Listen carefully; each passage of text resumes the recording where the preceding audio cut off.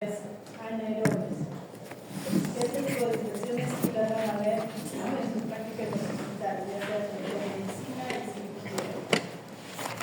Desde las bacterias anaerobias, recuerden que son parte de nuestra microbiota, son parte de nuestra flora intestinal, pero cuando hay un desequilibrio de esta flora por alguna situación externa, lo que va a ocasionar es que proliferen este tipo de bacterias y sobre todo donde se encuentran en el nivel de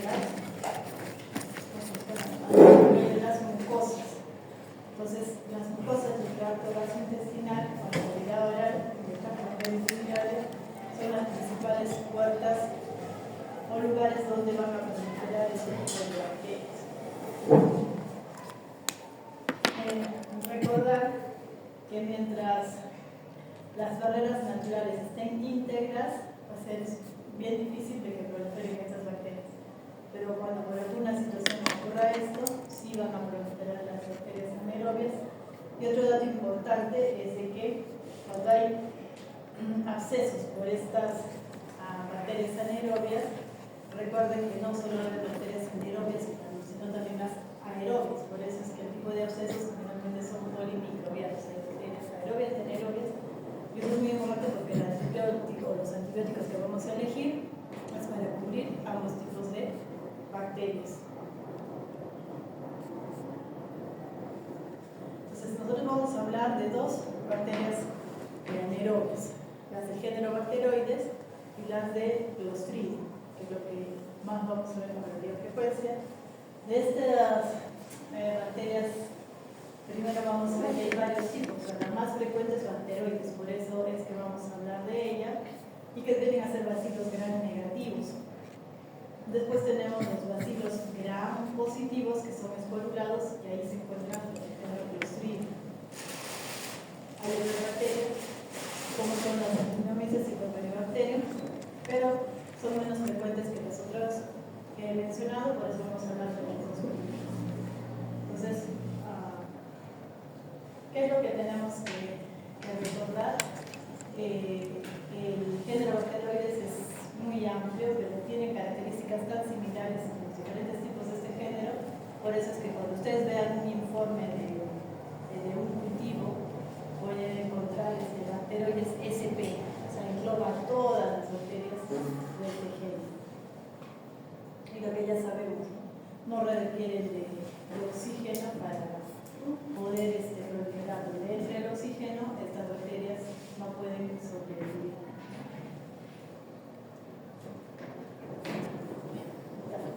Entonces, el género Bacteroides, como se ha mencionado, es el más frecuente. Hay muchas especies, más de 20, y dentro de esas 10 especies se encuentran tienen las características tan parecidas a Bacteroides fragilis que todas se consideran como, o se les enfoca como Bacteroides fragilis. Esa es una característica. Acá tienen todas estas especies de bacterias Bacteroides. Entonces, los principales tipos son las bacteroides, que son estos dos tipos. Tenemos Prebotella y las Porphyromonas. Pero todas se engloban como bacteroides fragiles. Por eso es lo que vamos a ver. ¿Qué consideraciones hay que tener o recordar que los mencionados son parte de nuestra flora habitual? Pueden ocasionar infecciones en cualquiera de los órganos donde hay mucosas principalmente. Generalmente se asocian a procedimientos especiales, ¿no? Después de las cirugías, por ejemplo, o colocación de catéteres también, todo lo que son procedimientos invasivos. Y otra característica importante y que es alarmante es que todas estas bacterias de este género tienen una alta resistencia a los antibióticos. Entonces, el manejo y el tratamiento por eso se hace complejo y eleva la mortalidad. Hay dificultades para confirmar el diagnóstico por este tipo de bacterias porque su crecimiento es bastante lento y los medios o las cámaras para poder de realizar estos cultivos de estas bacterias tienen que ser especiales, porque su crecimiento es lento, entonces demora mucho tiempo. ¿Cuánto normalmente dura salir un cultivo? 3 días. 3 días. Entonces te va a pasar de las 2 semanas o 3 semanas, como para que pueda dar positivo, decir que no crece ninguna bacteria de este tipo, y sobre todo en las condiciones, no debe entrar nada de oxígeno. Y lo que ya les mencioné al inicio, las infecciones nunca son solo de anaerobios, siempre son polimicrobianas. Esa es una característica importante. Entonces, les hemos dicho que son parte de nuestra flora normal. Considera que a veces hay más bacterias anaerobias que bacterias aerobias a nivel del intestino. Y estas bacterias del género bacteroides, cuando están en equilibrio en nuestro organismo, tienen efectos benéficos, ¿no? Que generan factores angiogénicos y cumplen funciones a través de sus enzimas, las defensinas, como una actividad también antibiótica innata, y ayuda a la activación de los linfocitos TCD4. Entonces, cuando están en equilibrio, en el número adecuado con las bacterias aerobias. Cuando superan eso, es que viene a comportarse de forma ya dañina a nuestro organismo. Y estos factores de virulencia que tienen estas bacterias de este género tienen mucho que ver con su habilidad para adherirse a los tejidos, con la capacidad de producir toxinas, las enzimas histolíticas que tienen, la producción de radicales superóxido, dismutasa y catalasa, y generar factores procoagulantes. Estos bacteroides frágiles tienen que ver mucho en la producción de los ácidos grasos de cadena corta, y eso puede hacer que se inhiba la actividad bactericida que tienen los neutrófilos. También la capacidad de esta bacteria de interactuar con macrófagos al inicio puede generar también esta actividad procoagulante, que va a hacer que aumente, ¿no? la fibrina, y es difícil la degradación de esta fibrina, y como prosperan estos microorganismos, entonces por eso es que se habla de ese efecto procoagulante, ¿no? Hablamos a veces de las trombosis sépticas, ¿no? Que son relacionadas con este tipo de bacterias.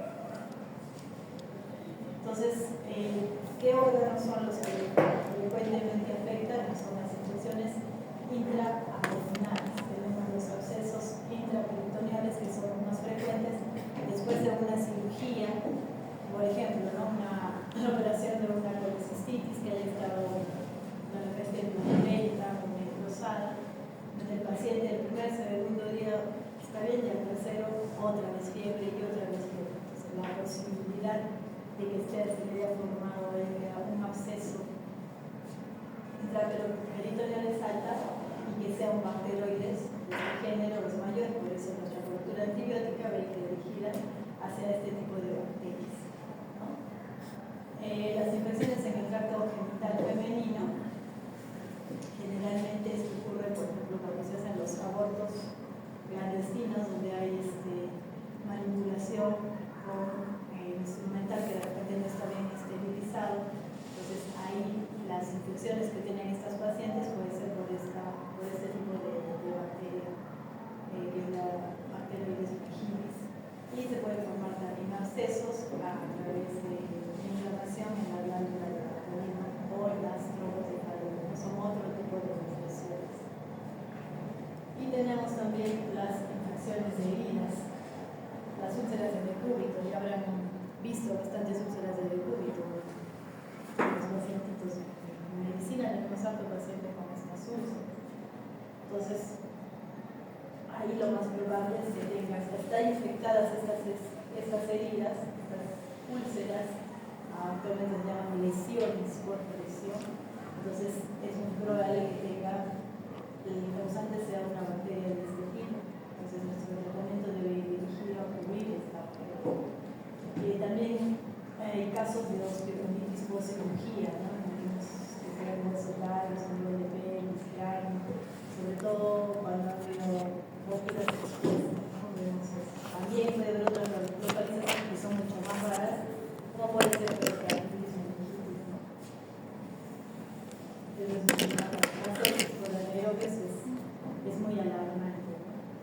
pero puede ocurrir casos.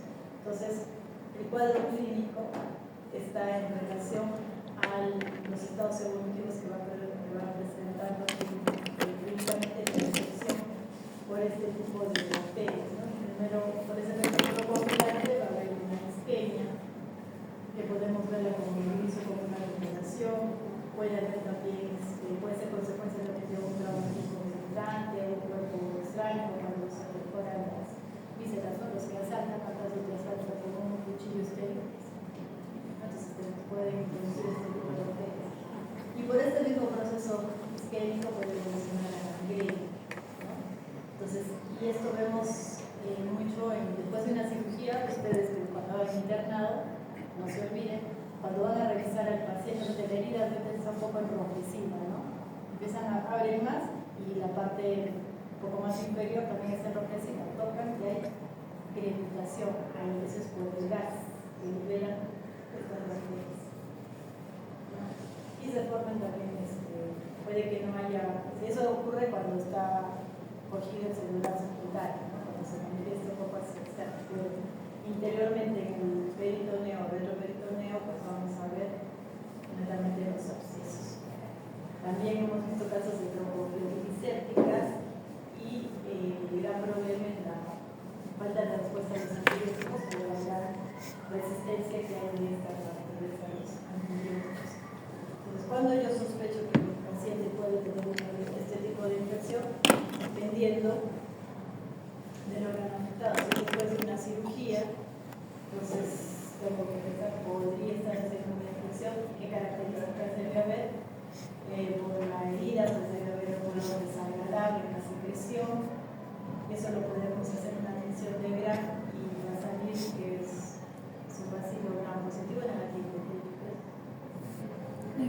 Negativo, ¿no? Entonces ya le da una idea de que puede ser. Y también va a haber varias bacterias pleomorfistas, porque también va a haber bacterias aerobias. Pero ante un olor desagradable que encuentra en crepitación, es una infección por bacterias aerobias. La muestra para poder cultivarse debe ser bastante estéril y no debe tener contaminación ni tampoco entrada de oxígeno. Y como les he dicho, la infección suele ser mixta, es polimicrobiana, generalmente son gram-negativos. ¿Cuál es el manejo? ¿Cuál es el tratamiento? Entonces, lo primero que tenemos que tener en cuenta es que los que producen toxinas hay que neutralizar las toxinas. Hay que evitar que sigan proliferando el número de estas bacterias y hay que evitar que logre hacerse una diseminación sistémica. ¿Cómo vamos a hacer eso? Con una degradación idéntica. Por eso es que dicen, todo absceso se drena. Si no lo drenas, no vas a salir. Hay que mejorar la circulación y eso lo hacemos con una buena oxigenación. Por eso, cuando hay las fascitis necrotizantes, ¿alguna vez han visto? ¿No? Entonces, eso progresa, ¿sí? Rápido. Entonces, ¿cómo lo corto? Hacen cortes, abren la piel para que entonces ahí las bacterias se han neutralizado, mejorando la circulación. Y ahí viene la elección del antibiótico. Entonces, como les he dicho, hasta que nos llegue el cultivo, se pasaron los días, no podemos esperar, pero el tratamiento tiene que ser empírico, considerando que hay alta resistencia. Entonces, los que más resistencia tienen son el ciprofloxacino, la penicilina, que son. Entonces, las alternativas que tenemos son la clindamicina, cloraphenicol y el metronidazol y los carbapenems, el que mejor acción tiene. Entonces, esto es una buena combinación. Vamos a ver más adelante cuando elegimos cada una. Entonces, cuando las infecciones son orofaringeas, ¿no? Algunos de sus compañeros tuvo un proceso dentario. Entonces, ¿qué antibiótico te dieron, Rubén? Lincomicina. Lincomicina. ¿Qué es la lincomicina? Lincomicina con isometazoide dentario. ¿A qué grupo pertenece la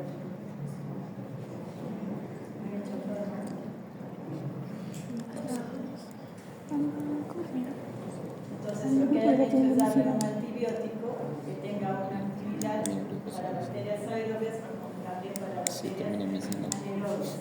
El ideal es para bacterias anaerobias la clindamicina, la tenemos en vía oral y la tenemos inyectable, dependiendo de la magnitud de cómo se manifieste esa infección. Y la clindamicina tiene actividad para anaerobios y para aerobios, ¿no? Podrías combinarlo también con beta-lactam. Muchas veces cuando van a ir al dentista les da una amoxicilina más la clindamicina o les da ciprofloxacino con clindamicina. Las infecciones anaerobias gastrointestinales van mucho mejores en metronidazol. Una pneumotecnia es todo lo que va del tórax hacia arriba, clindamicina. De tórax hacia abajo, el metronidazol, para cubrir bacterias anaerobias. Y la alternativa es el carbapenem. Dentro de los carbapenems, el metilén es el que mejor llega, pero también podemos usar meropenem y el carbapenem, ¿no? Pero tenemos esa alternativa que es la que mejor respuesta estamos teniendo para las bacterias anaerobias. Otras opciones son la piperacina con azobactam, la amoxicilina azobactam, algo leve, la amoxicilina con ácido clavulânico, moxifloxacina, quinolonas. Pero, nunca vamos a elegir un solo antibiótico, siempre combinar. Los que podemos mantener solos a veces es el carbapenem, pero dependiendo de la magnitud de la infección, generalmente usamos carbapenem como método de curación para los abscesos post cirugía. Entonces, ¿cómo prevenimos? Una manera de prevenir estas infecciones es en las cirugías, por eso utilizan mucho la profilaxis antibiótica. Entonces, utilizan una dosis de un antibiótico, generalmente son las cefalexorinas de primera indicación. Y teniendo buena asepsia y antisepsia. Cuando sean ustedes internos, cualquier infección de herida, lo que se quede de la gripa, no se lava la mano. Y no es porque fastidiarlos, no, tiene una razón en el sentido de que ustedes están haciendo la historia y dicen, no, eso es lo que llega y lo hacen todo rápido. Entonces, obvio, muchos pasos en el momento de lavarse las manos. Entonces, por eso es una causa, no es por molestarlos. Otra de las infecciones que vamos a ver que tenemos actualmente en el Hospital Rosario de Vergara, en la sala de medicina, tenemos pacientes con salas contaminadas por Clostridium difficile. Entonces, el Clostridium difficile se crece mucho más lento que las bacterias del género Bacteroides. Entonces, recordar que este es un bacilo gram positivo, forma esporas, produce toxinas, igual que la anterior bacteria, es parte del receptor intestinal y que su cuadro clínico característico es la colitis por antibióticos. Cuando usamos mucho tiempo un antibiótico y el paciente empieza a presentar diarreas y fiebre, tenemos una alta probabilidad de que pueda ser porque está con infección por Clostridium. Entonces, y esto es muy importante, esta bacteria, porque sus esporas son bien resistentes a altas temperaturas, incluso a la luz ultravioleta. Nosotros utilizábamos mucho la luz ultravioleta para desinfectar los bienes, la resistencia. Entonces, por eso este dato curioso es importante, ¿no? Se puede aislar meses en una sala de hospitalización la bacteria, pensar que ya se fue el paciente, pero puede quedar en esa sala muchos meses. Pueden quedar las esporas de la bacteria. Y un paciente que se ha contagiado por Clostridium puede tener la bacteria en su organismo hasta 40 días, incluso después de haber recibido el tratamiento. La transmisión es oral fecal, manos contaminadas o contaminadas del paciente, ¿no? Por ejemplo, tanto Hospital Goyeneche como Hospital Honorio Delgado son salas comunes. En esas salas han visto lavamanos, ¿no? Es una gran deficiencia cuando construyeron ese hospital hace más de 60 años, 70 años. Entonces, al no haber eso, entonces los mismos pacientes tienen que salir hasta el pasillo para lavarse las manos. Entonces, obviamente, orinan varias veces, pueden hacer la deposición, los que no pueden caminar, no se lavan las manos, no todos tienen el alcohol gel. Entonces, a cuando se puede contaminar fácilmente. Y también nosotros, los trabajadores de salud, incluidos ustedes, somos responsables de contaminar a nuestros pacientes, o transmitirles esta bacteria a nuestros pacientes. Por eso yo les he transmitido a mis alumnos que cada vez que utilicen su estetoscopio tienen que limpiarlos. Deben tener todos sus pañitos húmedos, tienen que limpiar, porque si vamos de un paciente a otro, vamos llevando las bacterias de uno a otro. Acá mucho de esta responsabilidad de la transmisión de esta bacteria es responsabilidad de los trabajadores de salud. Otra característica importante es que sobreviven al pH gástrico. Normalmente las introducimos una barrera de defensa, pero estas bacterias no les hacen nada, o sea, resisten bastante. Y en el colon es donde van a ocasionar principalmente el daño. Entonces, ¿qué factores de virulencia tiene esta bacteria? Los fibros, los pequeños, las enzimas proteolíticas que tienen, sus proteínas de superficie celular y principalmente la producción de estas dos enzimas, la A y la B, son las responsables del cuadro clínico que da esta bacteria. Entonces, ¿cuándo va a manifestarse? Cuando hay una alteración de la microbiota intestinal y generalmente ocurre cuando usamos por tiempo prolongado los antibióticos. Entonces, generalmente ya las guías, todos nos dicen un tratamiento antibiótico debe ser, ¿cuántos días? 7 días. Algunos casos 10 días.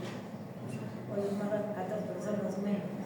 Entonces, lo de 7 días, cuando nos pasamos, digamos, un día más, entonces vamos haciendo que se altere la flora intestinal normal y pueda proliferar esta bacteria. Entonces, va a penetrar y se adhiere a los enterocitos a nivel del intestino delgado y luego donde van a realmente quedarse bien adheridos es a nivel del colon. Van a liberar sus toxinas, la A y la B, que ocasionan aftosis, inflamación y finalmente ocasionan la enfermedad. Entonces, este es un esquema para que vean, estos son los tridium, esto es parte de nuestra microbiota habitual, que debe haber un equilibrio, no siempre hay un poco más de estas bacterias, pero cuando empiezan a proliferar a tal magnitud, más que las bacterias normales de nuestro organismo, entonces empiezan a penetrar, a adherirse a las células del colon y finalmente las toxinas, porque son las toxinas a las que van a pasar y van a circular por la sangre, ¿no? Y llegan a proporcionar la apoptosis de la célula, la deforma. Entonces, realmente estos cambios son importantes.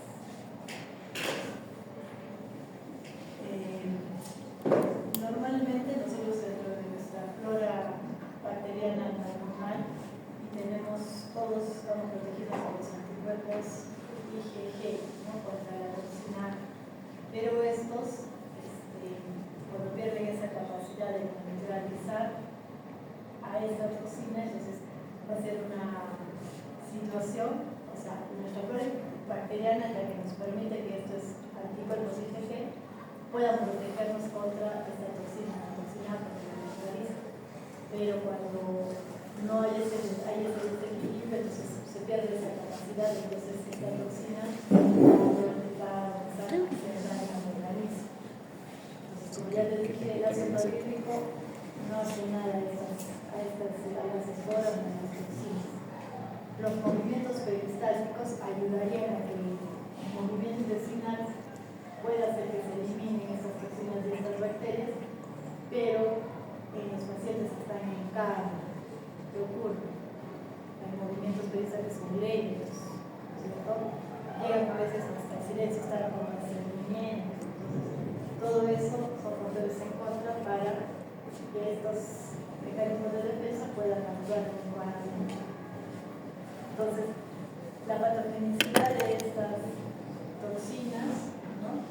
Esta es la cepa que se considera como la más virulenta y hay que recordar que la toxina A es la que produce la inflamación, pero la toxina B es más potente y es la que ocasiona el daño, mayor daño por esta infección. Pues las toxinas A y B tienen una actividad en las grasas, puede ser que haya una mala producción de señales, y la regulación de los elementos de la actividad en la célula de huésped no va a ser la adecuada y se va a desorganizar el citoesqueleto, como hemos visto en la lámina anterior, y va a haber apertura de las uniones grandes del epitelio, lo cual va a hacer que se pierda toda la integridad y fácilmente ingresa tanto las toxinas como en la misma bacteria. Estos son datos epidemiológicos. El 3% de todos los pacientes colonizados son asintomáticos. En las áreas de hospitalizaciones pueden estar colonizados hasta un 20-30% de los pacientes. En las unidades de cuidados crónicos, o sea, los que están, nosotros no tenemos en nuestros hospitales como tal las unidades, pero a veces sí tenemos pacientes que están largo tiempo, que pasan meses por meses. Generalmente son los que vienen de UCI, que están con las traqueostomies. Esos pacientes son los que tienen hasta un 50% de probabilidad de estar colonizados por estas bacterias. En cualquier momento ellos podrían desarrollar una infección por esta bacteria. Ahora, se ha visto que el 15% de todos los casos de diarrea que presentan estos pacientes está asociado a los antibióticos.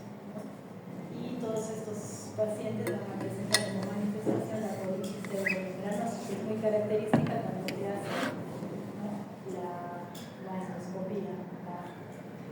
En las residencias de ancianos pueden haber también, hay 5 a 10 veces más posibilidades que los jóvenes de que tengan prevalencia de esta colonización por estas bacterias.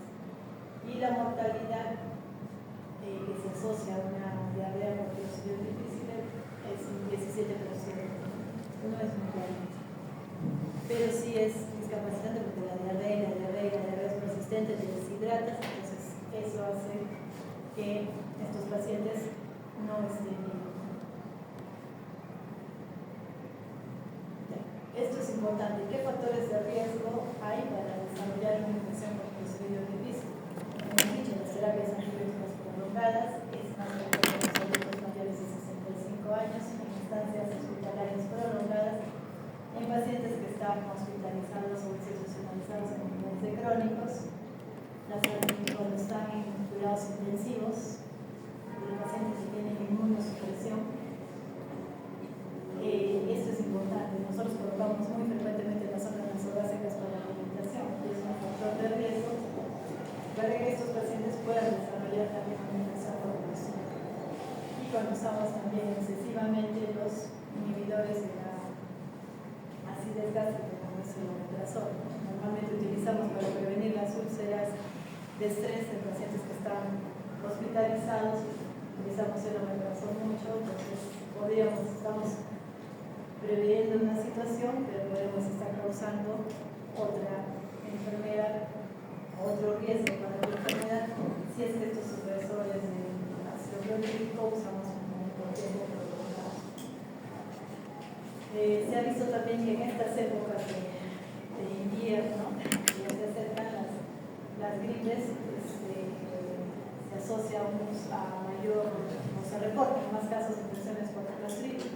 ¿Y por qué se piensa que podría ser eso? Eso es un hallazgo así nomás. Y se piensa que es porque como hay mucha gripe, la gente acude frecuentemente a las farmacias, tengo fiebre, tengo tos, quiero antibiótico. Y les dan los antibióticos, ¿no? Incluso malas dosis, malos tiempos, entonces, o se utilizan en tiempo prolongado de la enfermedad. Entonces, podría ser la causa para que en invierno haya más casos de infecciones por clostridium. Entonces, en cuanto al cuadro clínico, las manifestaciones, la mayoría son asintomáticos en pacientes hospitalizados y solo un 10% de casos van a ser una infección severa. La mayoría son de leve y moderada. La característica es esta: la diarrea es acuosa, sin sangre, maloliente, con una frecuencia de hasta 10 veces al día.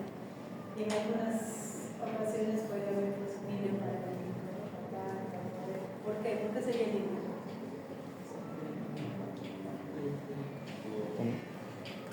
Amigo que se está durmiendo. ¿Me has escuchado? ¿Por qué ocurre el líquido? Falta de peristaltismo. En un paciente que está con diarreas, ¿por qué presenta líquido? Pérdida de potasio. Pérdida de potasio. Por la pérdida de potasio, ¿no? Entonces, el potasio, cuando vas con diarrea, pierde sodio, pero es potasio. Cuando el potasio está menos de 2.5 o de 2, puede ocurrir líquido. Eso me preguntaron en mi Y examen. contribuye también a ese líquido, lo que es un compañero de irritación y inflamación mayor, menos peristalsis. Otra característica es que la fiebre, al inicio, o sea, lo más característico es que la diarrea sea acuosa, pero también podría presentar una diarrea sanguinolenta, ¿no? Cuando el paciente presenta el cuadro de la colitis cerebrovenosa. Puede haber dolor abdominal, hipocólico. En el examen, la fiebre es baja, no es una fiebre alta, es una característica. Y cuando hacemos el examen directo en ese, vamos a encontrar el aumento de los leucocitos. ¿Qué nos determina los factores para que haya severidad de una infección por Clostridium? Son los siguientes, ¿no? Cuando el adulto mayor tiene más de 70 años, tiene mayor riesgo de severidad. Cuando la albúmina está baja, hay mayor riesgo de que sea severa la infección. Y en pacientes que tienen recurrencia de estas infecciones, también hay mayor probabilidad de que la infección sea severa. Las características, acá vemos cuando estas infecciones ya se manifiestan como una colitis amoderada, severa o fulminante. Entonces, lo característico es, miren, los leucocitos igual son altos, pero los tres es igual. El número de deposiciones es, en leve puede ser menos de 6 al día, pero más de 6, lo más característico son 10 deposiciones por día, puede ser más. Pero el dolor abdominal es más característico de las formas severas y fulminantes. La disfunción multiorgánica, delirio o el alcohol tóxico, ¿no? Eso lo podemos ver en algunos signos radiográficos. Entonces, el diagnóstico lo vamos a ver, vamos a sospechar en todo paciente que está hospitalizado con cierta gravedad después de haber usado antibióticos, ¿no? Entonces, ante esta sospecha, nosotros tenemos que preguntar si los antibióticos que ha recibido ha sido por lo menos en las últimas 8 semanas, ha estado después de una hospitalización, y sobre todo si el paciente también está presentando un problema, que recuerden que no es tan alto. Como los cultivos van a demorar, entonces a veces hacemos uso de una tomografía abdominal donde nos muestra los signos indirectos de las asas cardíacas dilatadas, el edema en la pared intestinal, que son signos de inflamación. Una colonoscopia nos es útil para ver la presencia de AIS y hay una hematocritis cerebrovenosa. Al inicio puede no haber, pero nos puede dar café de persistencia. El hallazgo, lo que tenemos más óptimo para hacer un buen diagnóstico es el examen de heces, se pide examen de heces para las toxinas A y B del Clostridium. Tiene una sensibilidad de 75 a 99% y la especificidad es bastante alta. Nuestro único problema es que el costo es alto, no tenemos en los hospitales. Pero cuando es necesario podemos solicitarlo, ¿no? Hasta ahí es como deberíamos hacer el diagnóstico, pero generalmente nos quedamos con la sospecha clínica y desde la sospecha clínica vamos a dar tratamiento. A un paciente que es asintomático no será tratamiento, ¿no? Deberíamos tratar de confirmar, pero si no se da el caso, que la mayoría de nuestros pacientes del ministerio no tienen recursos, entonces ante los síntomas tenemos que dar un tratamiento. ¿Cuál es el tratamiento? Recuerden, se utiliza la vía oral, la mejor vía oral, no la parenteral. Podemos utilizar el metronidazol cada 6 a 8 horas. Aquí el tiempo es un poquito más largo, de 7 a 14 días, ¿no? Otra alternativa es utilizar la vancomicina oral. Nosotros no tenemos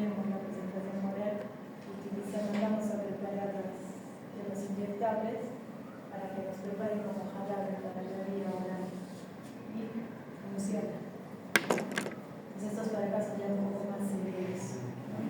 Y esta droga, la oximicina, es una de las más eficaces junto con el metronidazol y que se está utilizando sobre todo para pacientes que tienen recurrencia. Entonces, el tratamiento alternativo, si hay un colon tóxico, el tratamiento es quirúrgico. Se ha visto otras opciones para las formas severas de hemoglobina venosa, que algunos dicen que sí ayuda, otros no ayudan.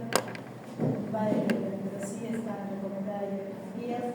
Los anticuerpos monoclonales también contra estas toxinas. Y algo que se está usando ahora y que es más fácil de hacer, porque todavía no está en boga el uso acá en nuestros medios, es el trasplante de carne. Se ha visto que es una muy buena opción, sobre todo para los pacientes que tienen recurrencia de los diabetes. Bueno, este es un cuadrito, un esquema que permite ver lo que ya hemos mencionado, los factores de riesgo, cuál es la sospecha clínica, cómo hacemos el diagnóstico, solicitamos las medicinas, los dispositivos de hacer el tratamiento, ¿cierto? Pero nosotros ante la sospecha clínica sí podemos iniciar un tratamiento para evitar cuando hay factores de riesgo que transforman la severa y la fulminante. No sé si tienen alguna pregunta y la forma de prevenir lavado de manos.